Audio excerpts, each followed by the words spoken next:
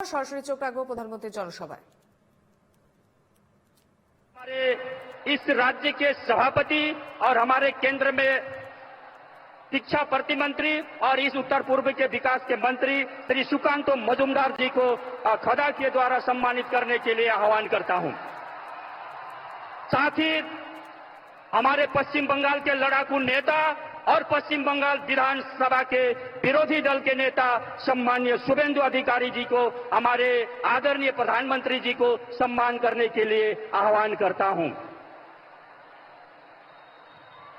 साथ ही हमारे जिले के सभापति और भी हमारे 2 जिले के सभापति हैं, उन्हें आदरणीय प्रधानमंत्री जी को प्रतिकृति देकर के सम्मानित करने के लिए आवेदन करता हूं। जिले सभा मिठू दास, हमारे जलपाईगुड़ी जिले के सभापति और कूच बिहार के सभापति, जिले सभापति।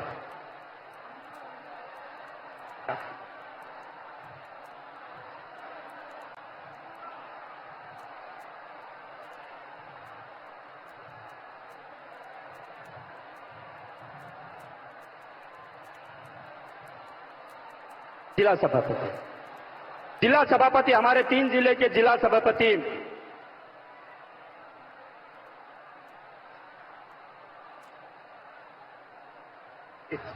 उसके बाद में मैं हमारे राज्य के वाइस प्रेसिडेंट श्री रथिंद्र बोस जी द्वारा संपादित बंगाली में पुस्तक, जो हमारे नरेंद्र मोदी जी का जो विभिन्न भाषण है उनको संपादित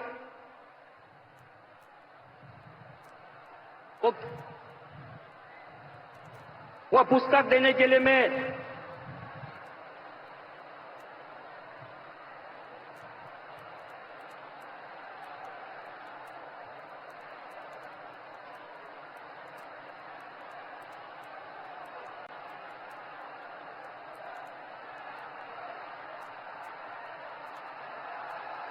जिला सभापति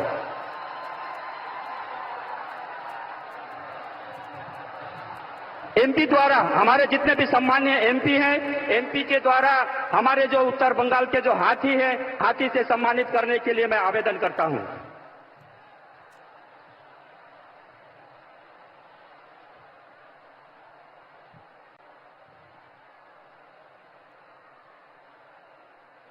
इसके बाद हमारे जितने भी सम्मानीय एमएलए हैं, सम्मानीय एमएलए साहब सबको जो मदन मोहन मंदिर का जो अपना प्रतिकृति है उसको देकर के माननीय प्रधानमंत्री जी को सम्मान करने के लिए आवेदन करता हूं।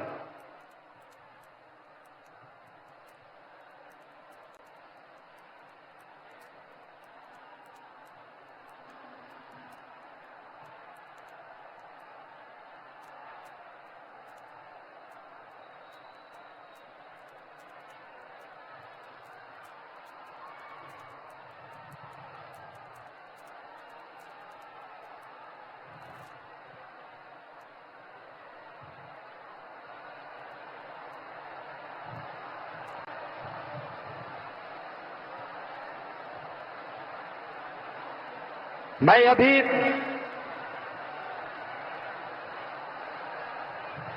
सम्मान समारोह के बाद में मैं हमारे पश्चिम बंगाल विधानसभा के विरोधी दल के नेता श्री शुभेंदु अधिकारी जी को स्वागत भाषण देने हेतु मंच पर आमंत्रित करता हूं।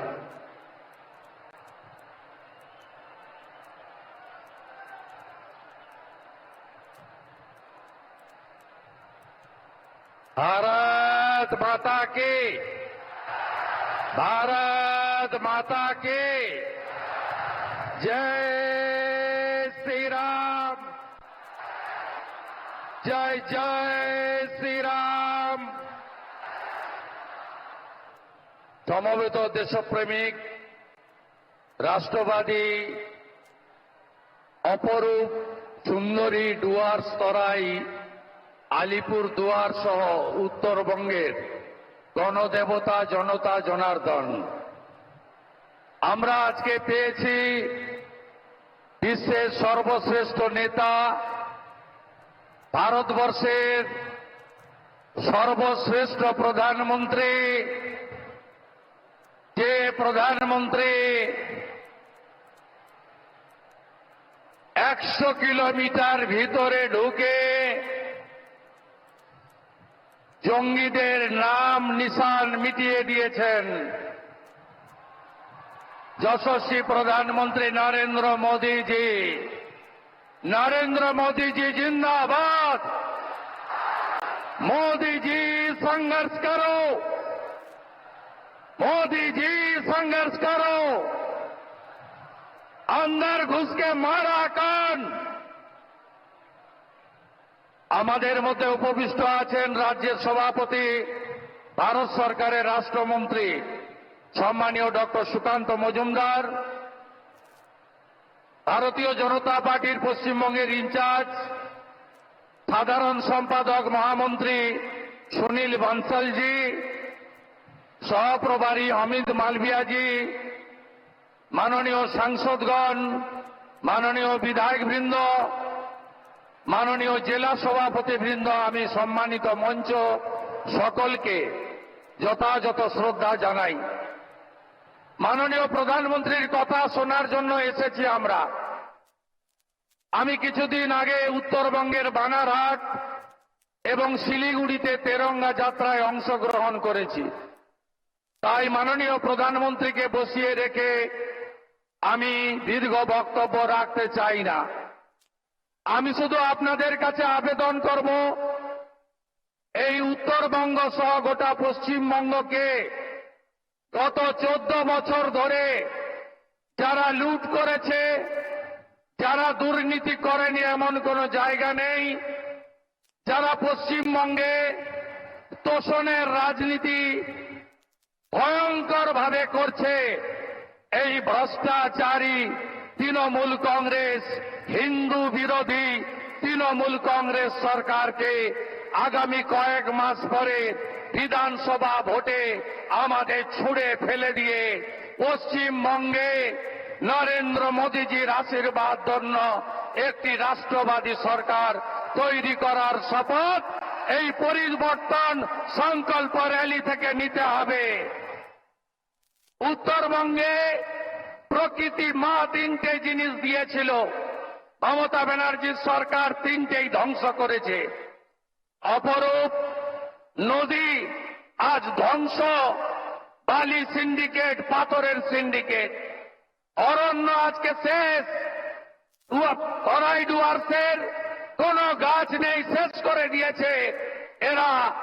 আর অন্যদিকে চা বাগান, पूरा चा बागान बंद हुआ है। हर महीने एक चा बागान बंद हो रहा है।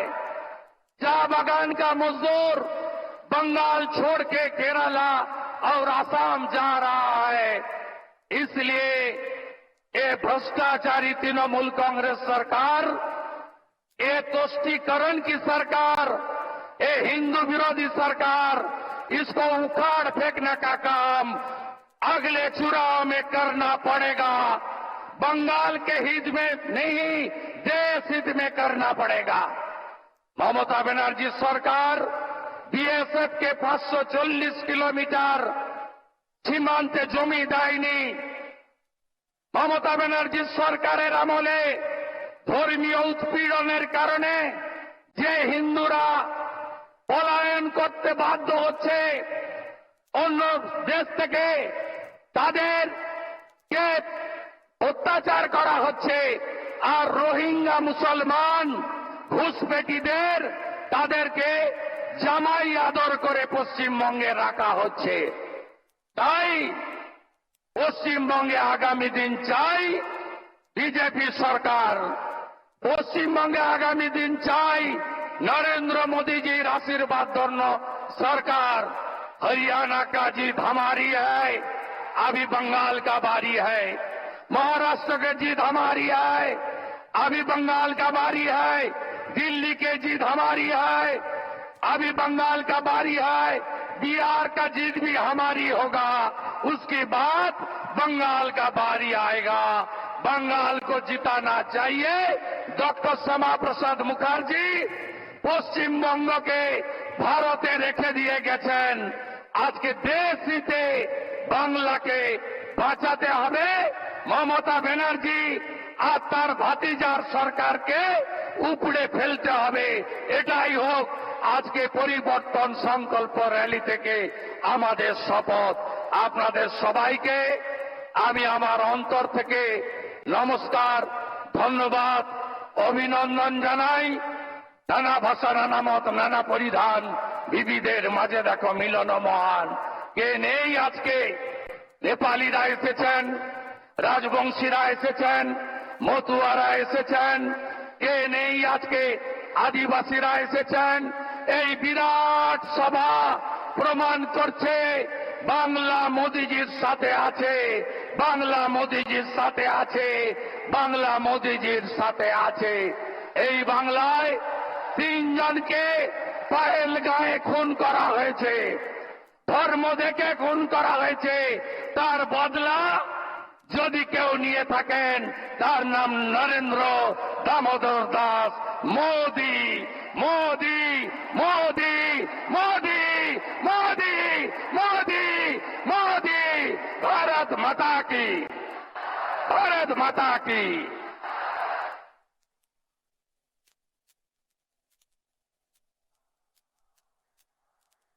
हमारे पश्चिम बंगाल विधानसभा के विरोधी दल नेता सम्माननीय शुभेंदु अधिकारी जी को बहुत बहुत धन्यवाद।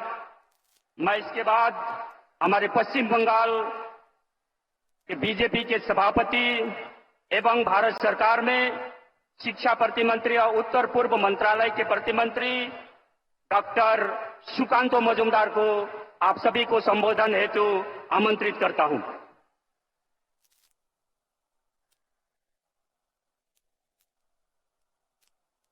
ভারত মাতা কি। পাকিস্তানের ভিতরে 100 কিলোমিটার পর্যন্ত ভেতরে আমাদের মিসাইল গেছিল, তত দূর পর্যন্ত আওয়াজ পৌঁছাতে হবে। पाकिस्तान के अंदर तक आवाज पहुंचना चाहिए। भारत माता की, भारत माता की। মহান দেশের মহান নেতা নরেন্দ্র মোদী জিন্দাবাদ, মহান দেশের মহান নেতা নরেন্দ্র মোদী জিন্দাবাদ, জেপি নাড্ডা জিন্দাবাদ। ভারত মাতা কি। বন্ধুগণ, আজ আমাদের চরম সৌভাগ্য যে অপারেশন সিঁদুরের পর আমাদের 22 এপ্রিল মা বোনেদের মাথার সিঁদুর পাকিস্তান মিটিয়ে দিয়েছিল, পাকিস্তানের সাহায্যপ্রাপ্ত জঙ্গিরা মিটিয়ে দিয়েছিল। তার প্রতিশোধ যার নেতৃত্বে ভারতবর্ষ নিয়েছে, সেই যশস্বী প্রধানমন্ত্রী আজকে আমাদের মাঝে অপারেশন সিঁদুরের পর এসেছেন। তাকে হাততালি দিয়ে স্বাগত জানাবেন, অভিনন্দন জানাবেন এই আলিপুর দুয়ার তথা ডুয়ার্সের পবিত্র মাটিতে। মঞ্চে উপবিষ্ট আছেন আমাদের লড়াকু বিরোধী দলনেতা মাননীয় শুভেন্দু অধিকারী মহাশয়, উপস্থিত আছেন আমাদের ন্যাশনাল জেনারেল সেক্রেটারি মাননীয় সুনীল বনশালজি এবং আমাদের প্রভারী সহপ্রভারী মাননীয় অমিত মালব্য মহাশয়, সম্মানীয় সাংসদগণ, লোকসভা এবং রাজ্যসভা প্রাক্তন কেন্দ্রীয় মন্ত্রী, বিধায়ক, জেলা প্রেসিডেন্ট এবং আমার সামনে হাজার হাজার সংখ্যায় বিজেপির কার্যকর্তা যাদেরকে আমরা দেখতে পাচ্ছি, যারা আগামী দিনে অপারেশন সিঁদুরের মতো অপারেশন পশ্চিমবঙ্গে মোদিজি সৈনিক হয়ে যারা তৃণমূল কংগ্রেসকে উৎখাত করে বঙ্গোপসাগরের জেলে ফেলবে, জলে গিয়ে ফেলবে, সেই কার্যকর্তাদের আমি অসংখ্য ধন্যবাদ জানাই। আমার বাগান থেকে আসা গোর্খা ভাই বোনেরা, দাদারা, তাদেরকে আমি আমার নমস্কার জানাই। আমাদের আদিবাসী ভাই বোনেরা, ভগবান বিরসা মুন্ডার সন্তান যারা, তাদেরকে আমি আমার সম্মান জানাই, নমস্কার জানাই এবং আলিপুর দুয়ার সহ ডুয়ার্সের প্রত্যেকটি মানুষকে এই পবিত্র ভূমি থেকে আমি নমস্কার জানাই। আজকে বন্ধুগণ, মাননীয় প্রধানমন্ত্রী বিজয় সংকল্প যাত্রার মধ্য দিয়ে পশ্চিমবঙ্গের বিজয়ের রথ আজকে থেকে এই আলিপুর দুয়ারের মাটি থেকে শুরু হচ্ছে। নরেন্দ্র মোদী সরকার আসার পর প্রথম কেউ উত্তরবঙ্গের মানুষকে মানুষ মনে করেছে। তার আগে কলকাতায় শুনতাম আমরা নর্থ বেঙ্গল মানে নর্থ বেঙ্গল। এখন সেই নর্থ বেঙ্গল থেকে মাননীয় প্রধানমন্ত্রীর হাতে 110 কোটি টাকার গ্যাস পাইপ প্রকল্প আজকে এই মাটি থেকে চালু হলো, যা আপনাদের বাড়ি বাড়ি গ্যাস পৌঁছে দেবে। আগে কেউ কোনো ভাবেনি। যখন বন্দে ভারত পশ্চিমবঙ্গে যখন প্রথম বন্দে ভারত চালু করার ব্যবস্থা হলো, আমরা জানতাম বন্দে ভারত চালু হলে কলকাতা থেকে অন্য কোথাও চালু হয়। নরেন্দ্র মোদীজি সেদিন কলকাতায় আসার কথা ছিল, ওনার মাতৃবিয়োগ হয়েছিল, মা মারা গেছিলেন। সেই অবস্থাতেও মাননীয় প্রধানমন্ত্রী ভার্চুয়ালি থেকে প্রথম বন্দে ভারত পশ্চিমবঙ্গের যখন চালু করলেন, কি চালু করলেন? কলকাতা টু এনজিপি, যাতে কলকাতার লোকেরাও সুবিধা পায়, আর উত্তরবঙ্গ যে নর্থ বেঙ্গল, যাকে নর্থ বেঙ্গল বলা হতো, সেই নর্থ বেঙ্গলে যেন বন্দে ভারতের মধ্য দিয়ে জুড়ে যায়। আজকে কত বন্দে ভারত আমাদের উত্তরবঙ্গের মধ্য দিয়ে যাচ্ছে। বন্ধুগণ, এই নরেন্দ্র মোদীর সরকার আমাদেরকে প্রতিষ্ঠা করতে হবে। আগামী 26শে নির্বাচনে আমাদের বিরোধী দলনেতা বললেন, কেন? কারণ মনে করুন 22শে এপ্রিল জঙ্গিরা এসেছিল পাকিস্তান থেকে, মাথার সিঁদুর দেখেছিল, মাথার সিঁদুর, গলার মঙ্গলসূত্র দেখে গুলি করেছিল। জিজ্ঞেস করেনি কে গোর্খা, জিজ্ঞেস করেনি কে ঝাড়খণ্ডের লোক, কে বাংলার লোক। আর কিছুদিন আগে মুর্শিদাবাদে গেছিলাম, আমি গেছিলাম, আমাদের বিরোধী দলনেতা গেছিলেন, আমাদের অন্যান্য নেতৃত্ব গেছিলেন। একটার পর একটা বাড়ি দেখেছি আমরা, পুড়িয়ে দেওয়া হয়েছে, ভেঙে দেওয়া হয়েছে। দোষ কি ছিল? যারা পেহেলগাঁওতে মারা গেছিল তাদেরও একটাই দোষ, আর মুর্শিদাবাদে যাদের বাড়ি ঘর ভেঙে দেওয়া হয়েছিল তারা পাইয়েছিল একটাই দোষ, তারা মাথায় সিঁদুর পরেন মহিলারা, গলায় কাঠের মালা রাখেন, গলায় মঙ্গলসূত্র রাখেন। তাই কাশ্মীর আর মুর্শিদাবাদ এক হয়ে গেছে। এই শক্তির বিরুদ্ধে আমাদের সকলকে গর্জে উঠতে হবে, লড়াই করতে হবে, আর সেই লড়াই নরেন্দ্র মোদীর নেতৃত্ব হবে। 26 আমরা মমতা বন্দ্যোপাধ্যায়ের এই জিহাদি সরকারকে উৎখাত করে বঙ্গোপসাগরে ফেলবো। সেই জন্য সবাই তৈরি হন, দুই হাত মুঠ করে আমার সাথে সংকল্প নিন, ভারতবর্ষের পতাকাকে উপরে তুলে ধরুন আর বলুন, ভারত মাতা কি, ভারত মাতা কি, ভারত মাতা কি। জয় শ্রীরাম, জয় জয় শ্রীরাম। মহান দেশের মহান নেতা নরেন্দ্র মোদী জিন্দাবাদ, নরেন্দ্র মোদী জিন্দাবাদ, ভারতীয় সেনা জিন্দাবাদ, ভারত মাতা কি। ধন্যবাদ, নমস্কার, সবাইকে অভিনন্দন এবং সবাই খুব ভালো থাকবেন। নমস্কার।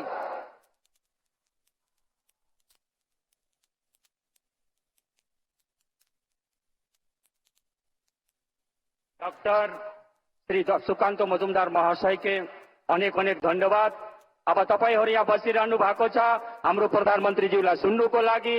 हमनी मन सब कोही बैठी बहुत आशा करके हमनी मन अपन प्रधानमंत्री कर बात सुनबको लागि तो समय आइजा है।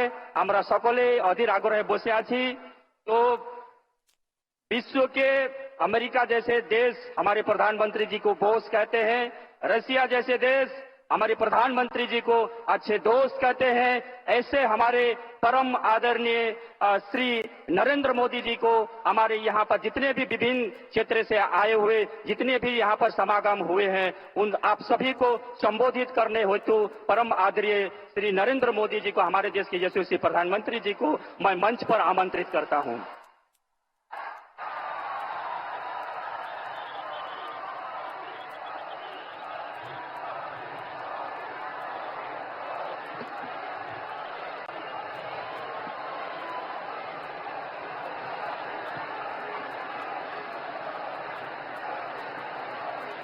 भारत माता की,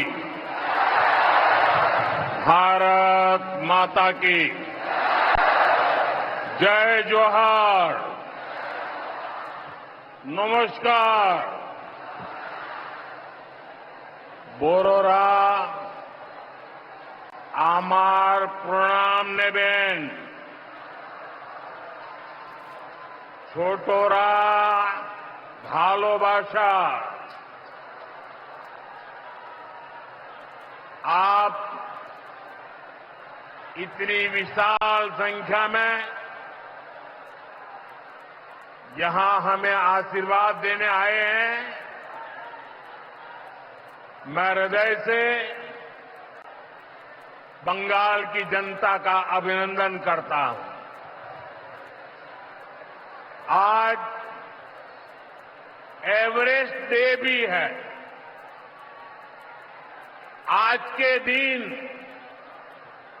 तेनजिंग नोर्गे जी ने एवरेस्ट पर अपना परचम लहराया था।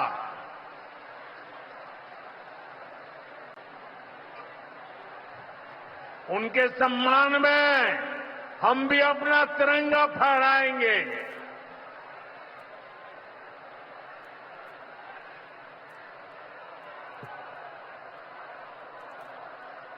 और आज ही महान स्वतंत्रता सेनानी रामानंद चटर्जी की जयंती भी है। ये महान संतानें हमें प्रेरित करती है बड़े संकल्पों की सिद्धि के लिए हौसला देती है। साथियों, 21वीं सदी में भारत नए सामर्थ्य के साथ समृद्धि की नई गाथा लिख रहा है। आज देश का हर नागरिक भारत को विकसित राष्ट्र बनाने के लिए जुटा है, दिन रात जुटा है। और विकसित भारत बनाने के लिए पश्चिम बंगाल का भी विकसित होना बहुत जरूरी है।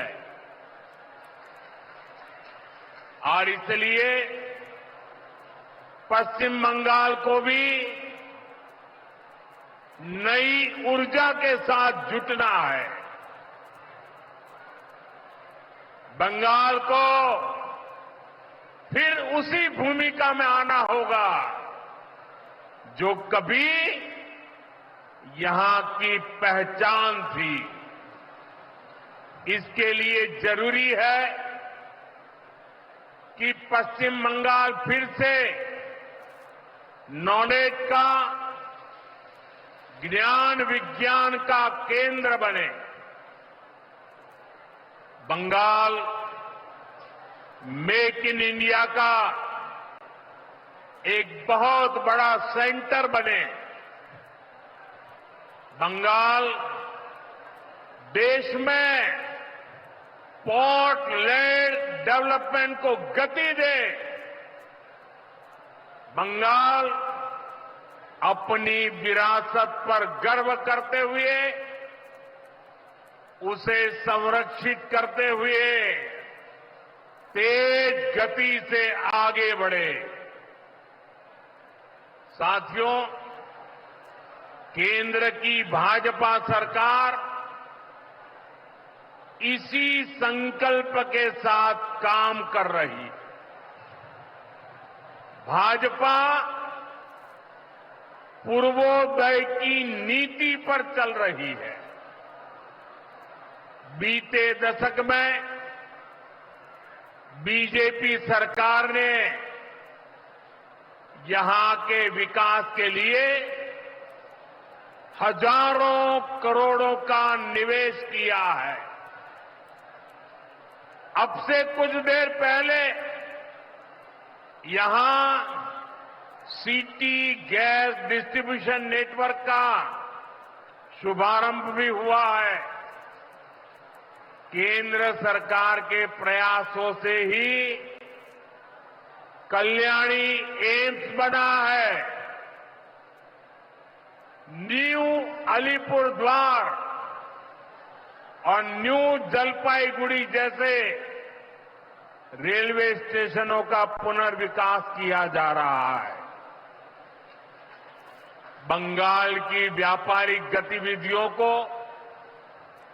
उत्तर भारत से जोड़ने के लिए डेडिकेटेड फ्रेट कॉरिडोर बन रहा है। कोलकाता मेट्रो का अभूतपूर्व विस्तार किया गया है। ऐसे अनेक प्रोजेक्ट हैं जो भारत सरकार यहां पूरे करवाने का प्रयास कर रही है। भाजपा सरकार ईमानदारी से सबका साथ सबका विकास के मंत्र को लेकर बंगाल की प्रगति के लिए समर्पित है, क्योंकि বাংলার উদয় তবেই विकसित भारतेर जय। साथियों, ये समय पश्चिम बंगाल के लिए बहुत अहम है। ऐसे में पश्चिम बंगाल के हर नौजवान पर, आप सब पर बहुत बड़ा दायित्व है।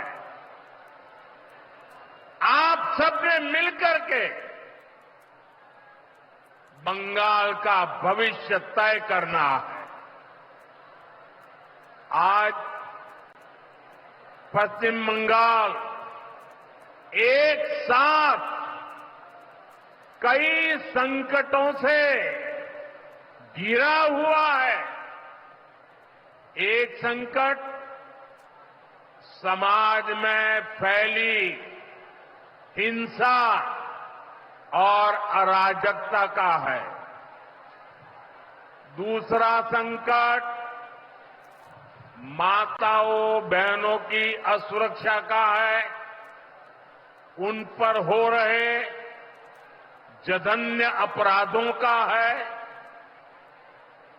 तीसरा संकट नौजवानों में फैल रही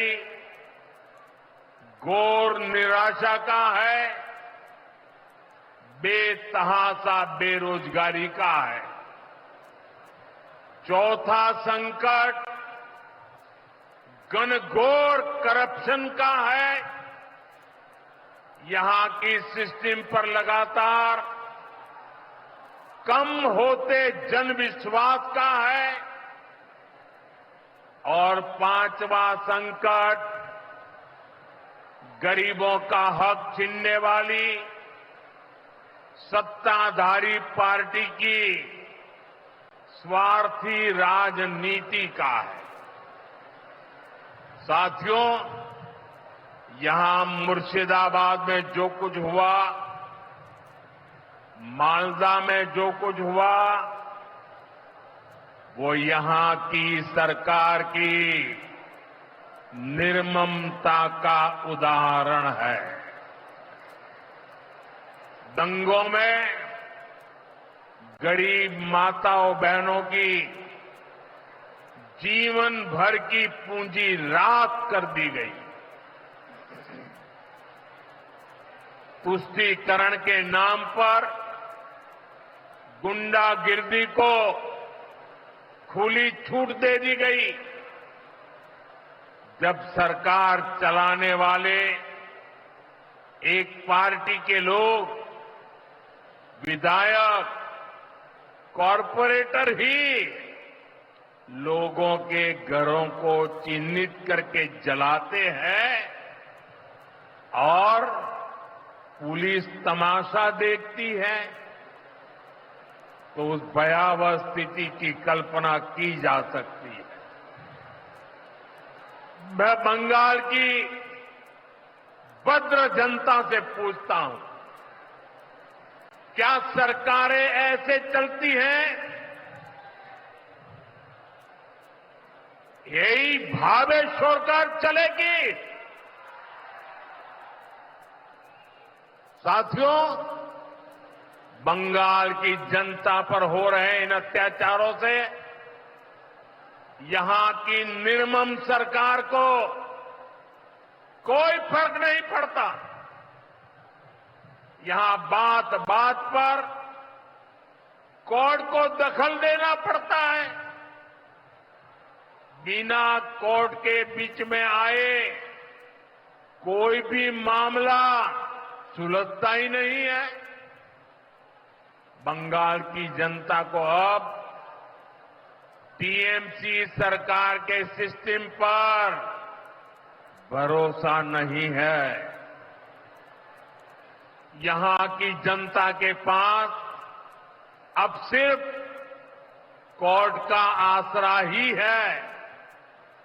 इसलिए पूरा बंगाल कह रहा है, बंगाल में मची चीख पुकार, नहीं चाहिए निर्मम सरकार।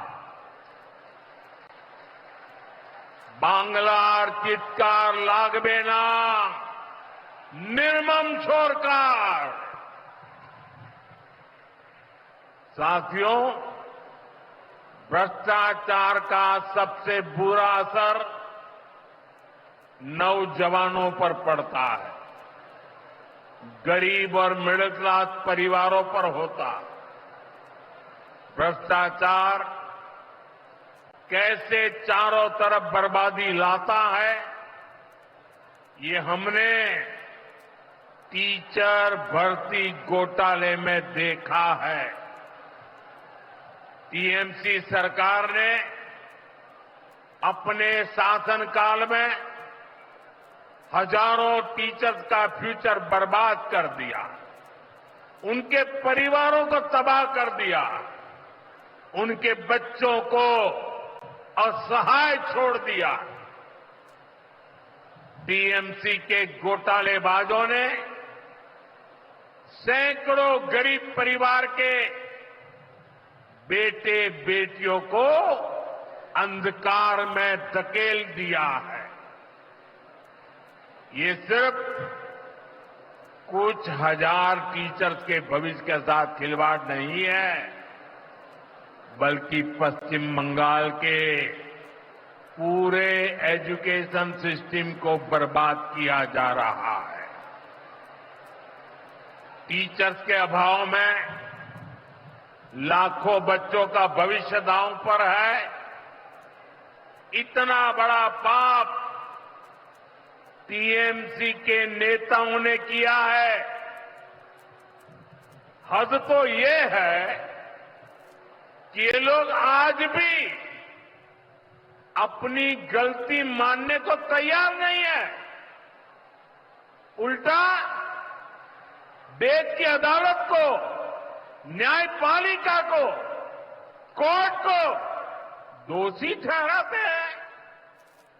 साथियों, टीएमसी ने चाय बागान में काम करने वाले साथियों को भी नहीं छोड़ा है। यहां सरकार की कुनीतियों के कारण टी गार्डन लगातार बंद होते जा रहे हैं। मजदूरों के हाथ से काम निकलता चला जा रहा है। यहां पीएफ को लेकर जो कुछ भी हुआ वो बहुत शर्मनाक है।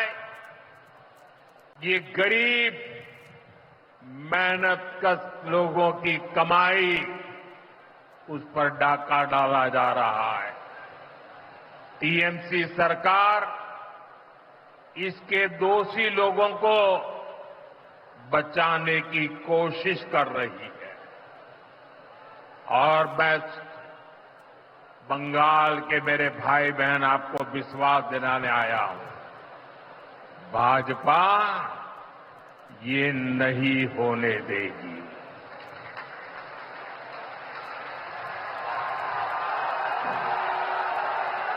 साथियों, राजनीति अपनी जगह पर है, लेकिन गरीब, दलित, पिछड़े, आदिवासी और महिलाओं से टीएमसी क्यों दुश्मनी निकाल रही है?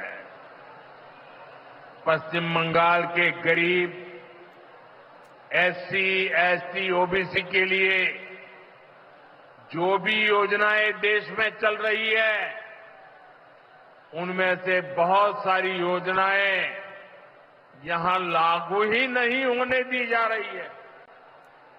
पूरे देश में करोड़ों लोगों को आयुष्मान योजना के तहत मुफ्त इलाज मिल चुका है, लेकिन मुझे दुख के साथ कहना पड़ रहा है, इसका फायदा पश्चिम बंगाल के मेरे भाई बहनों को नहीं मिल रहा।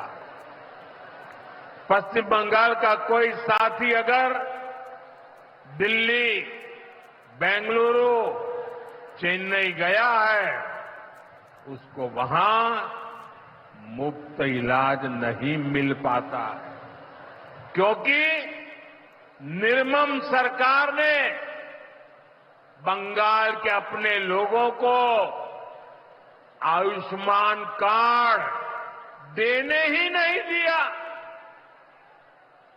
आज देश भर में 70 वर्ष से ऊपर के बुजुर्गों को 5 लाख रुपए तक मुफ्त इलाज की सुविधा मिल रही है।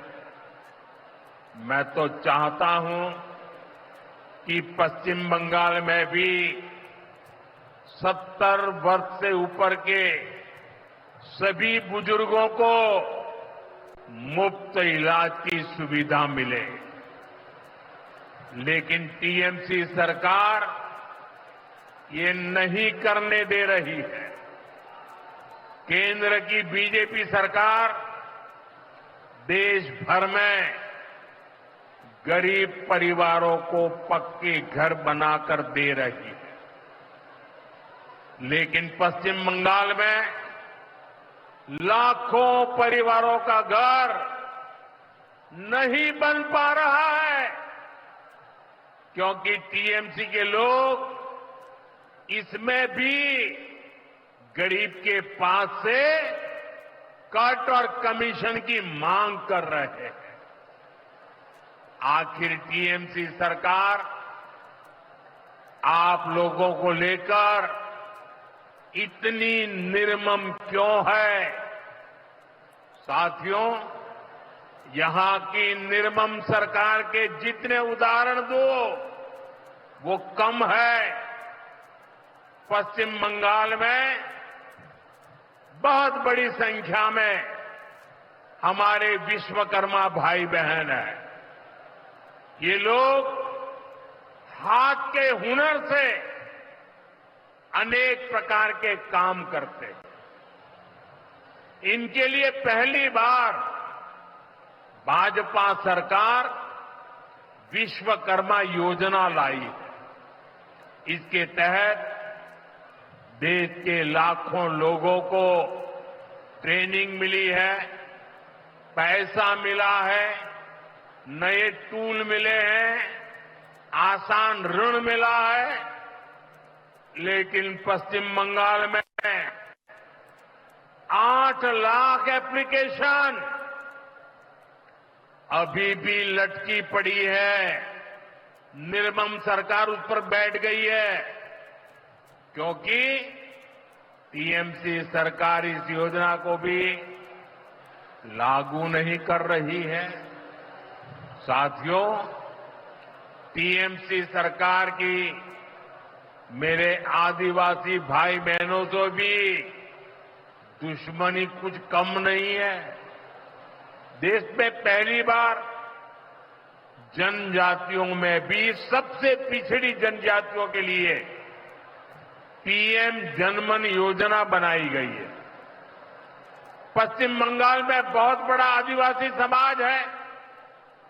टीएमसी सरकार गरीब आदिवासियों का विकास भी नहीं होने दे रही है। उसने पीएम जनमन योजना को यहां लागू नहीं किया।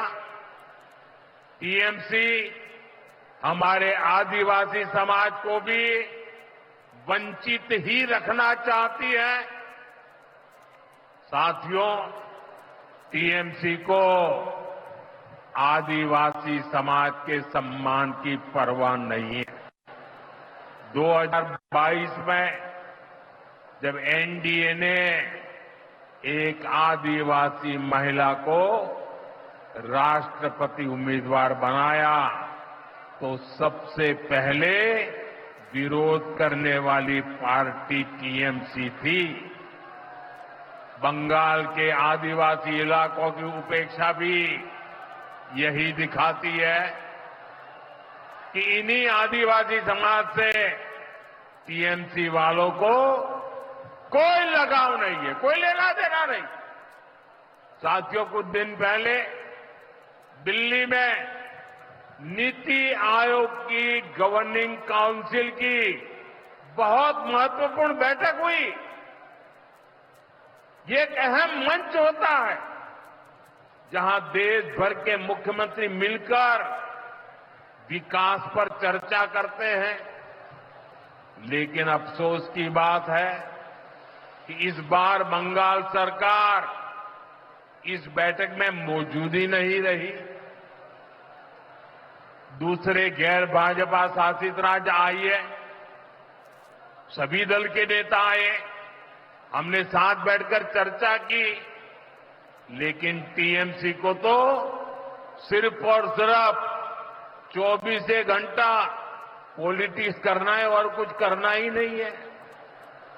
पश्चिम बंगाल का विकास, देश की प्रगति उनकी प्राथमिकता में है ही नहीं। साथियों, केंद्र सरकार की जिन योजनाओं को यहां लागू किया भी गया है, उनको पूरा नहीं किया जा रहा।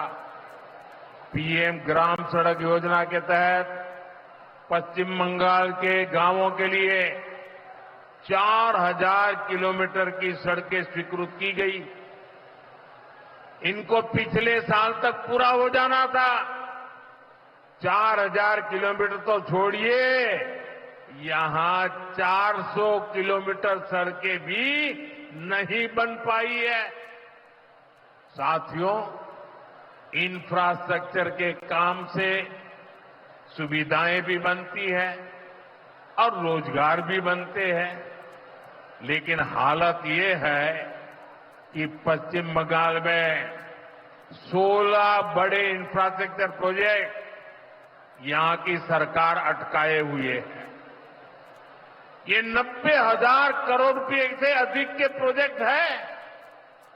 कहीं रेल लाइन आनी थी, रुकी पड़ी है। कहीं मेट्रो बननी थी, रुकी पड़ी है। कहीं हाईवे बनना था, बंद पड़ा है। कहीं अस्पताल बनना था, कोई पूछने वाला नहीं। ऐसे प्रोजेक्ट्स को ये टीएमसी ने लटका करके रखा है। ये पश्चिम बंगाल के आप लोगों के साथ बहुत बड़ा धोखा है। साथियों, आज जब सिंदूर खेला की इस धरती पर आया हूं, तो आतंकवाद को लेकर भारत के नए संकल्प की चर्चा स्वाभाविक है। 22 अप्रैल को पहलगाम में, जम्मू कश्मीर में आतंकियों ने जो बर्बरता की, उसके बाद पश्चिम बंगाल में भी बहुत गुस्सा था। आपके भीतर जो आक्रोश था, आपका जो गुस्सा था, उसको मैं भली भांति समझता था। आतंकवादियों ने हमारी बहनों का सिंदूर मिटाने का दुस्साहस किया। हमारी सेना ने उनको सिंदूर की शक्ति का एहसास करा दिया।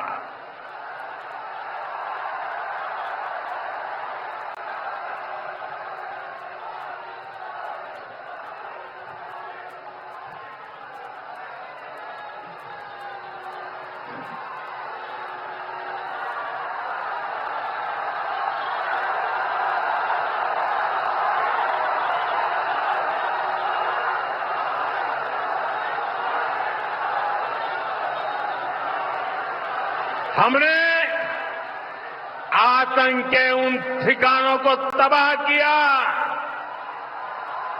जिनकी पाकिस्तान ने कल्पना तक नहीं की थी। साथियों, आतंक को पालने वाले पाकिस्तान के पास दुनिया को देने के लिए कुछ भी पॉजिटिव नहीं है। जब से वो अस्तित्व में आए हैं, तब से ही उसने सिर्फ आतंक को पाला है।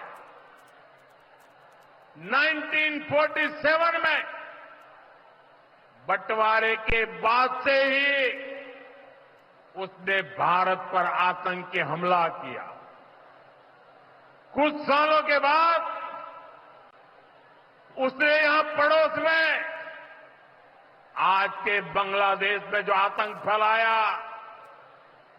पाकिस्तान की सेनाओं ने जिस प्रकार बांग्लादेश में रेप किए, मर्डर किए, वो कोई भूल नहीं सकता। आतंक और नरसंहार ये पाकिस्तानी सेना की सबसे बड़ी एक्सपर्टाइज है। जब सीधा युद्ध लड़ा जाता है तो उसकी हार तय होती है, उसका पराजय निश्चित होता है, उसको मुंह की खानी पड़ती है। यही कारण है कि पाकिस्तान की सेना आतंकियों का सहारा लेती है। लेकिन पहलगाम हमले के बाद अब भारत ने दुनिया को बता दिया है, भारत अब आतंकी हमला हुआ, भारत पर आतंकी हमला हुआ तो दुश्मन को उसकी बड़ी कीमत चुकानी पड़ेगी।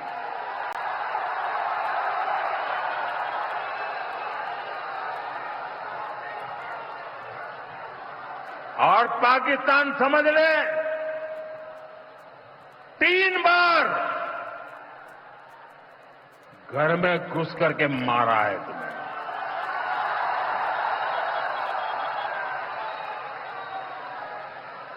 हम शक्ति को पूजने वाले लोग, हम महिषासुरमर्दिनी को पूजते हैं। बंगाल टाइगर की इस धरती से 140 करोड़ भारतीयों का ऐलान है। ऑपरेशन सिंदूर अभी खत्म नहीं हुआ है।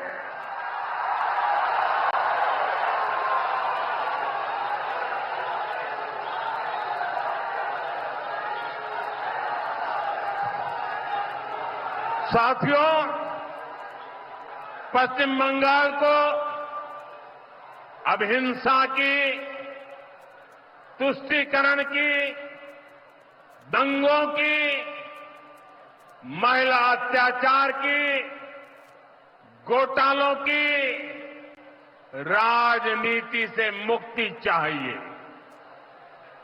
अब पश्चिम बंगाल के सामने भाजपा का विकास मॉडल है। आज भाजपा देश के कई राज्यों में सरकारें चला रही है।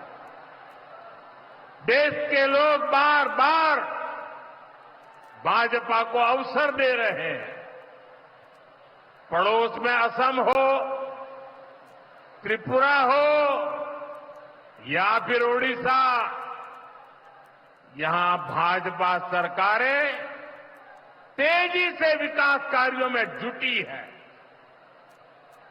मैं बंगाल के सभी भाजपा कार्यकर्ता साथियों से कहूंगा, हमें कमर कसकर तैयार रहना है। हमारे सामने एक बड़ी चुनौती है कि लोकतंत्र पर पश्चिम बंगाल की जनता के विश्वास को फिर से कैसे बहाल करें।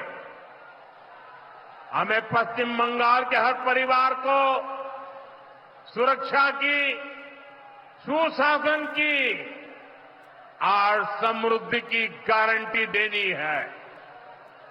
इसके लिए आने वाले दिनों में अपने प्रयासों को हमें और तेज करना होगा।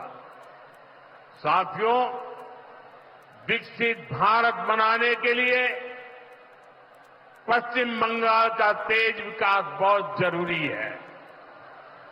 हमें पश्चिम बंगाल को उसका पुराना गौरव लौटाना है। ये हम सभी मिलकर करेंगे और करके रहेंगे। एक बार फिर आप सभी को इतनी बड़ी संख्या में यहां आने के लिए बहुत बहुत आभार व्यक्त करता हूं। मेरे साथ तिरंगा ऊंचा करके बोलिए, भारत माता की, भारत माता की, भारत माता की, भारत माता की। बहुत बहुत धन्यवाद।